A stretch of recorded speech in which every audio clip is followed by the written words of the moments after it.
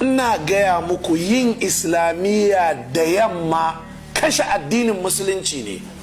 A ce an wuna a boko, saboda haka ina inkari a je a buga a kowace jarida a faɗa wa kowa, amma a ruwaici abin yadda na faɗe shi. In dai haka za a ci gaba, to ku dubi 'ya'yanku yadda suke lalacewa, saboda psychologically aka fara lalata su da nuna musu wannan karatun shine gaba. Saboda haka menene mafita?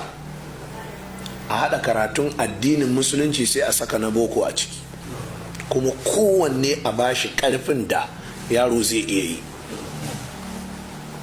Ma karfe 3 za a kai karfe 3, amma in yaro ya taso to shi kenan ya je ya huta, ya je ya wasa, ya je ya shakata.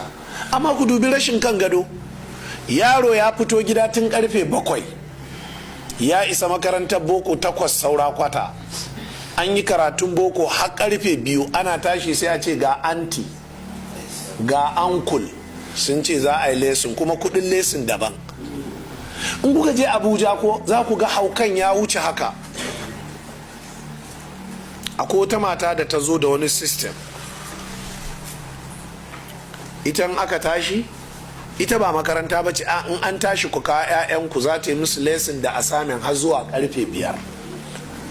So da haka za ka ga a wusetu mun zauna makwabta, ni mukan zauna mana hira da ita. She makes a lot of money. Kuɗi take samu. Don barin gaya ma wata yarinya da take aikin shara a wani gida da suka bata, da ta ɗauki yarinyar ta nema ta cefane take zuwa kawai tana yawa 60,000 take ba yarinya a wata. Me yin cefane ba mai girki ba, za ta dafa wa yara abinci, sun dawo daga makarantunsu kowa ya zo sai a aje shi, sai ya shigo, za a ba shi abinci ya ci, a yi mishi lesson ko a yi mai assignment. Na haka in ya tashi tafiya gida, zai tafi gida ne, yana isa gida sai ya kwanta, to karfe 5 ita kuma take tashin su, to karfe 6 yara sun isa gida.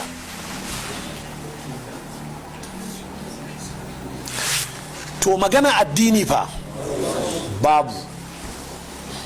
Ranar asabar kuma sai a ce a Fataskum suke, ko 'yan Gusau ne za su tafi, za a je weekend, sai a tafi, sai a dawo ranar Lahadi da sassafe kuma sai a tashi. Waɗannan su ne 'ya'yan ministawa ne.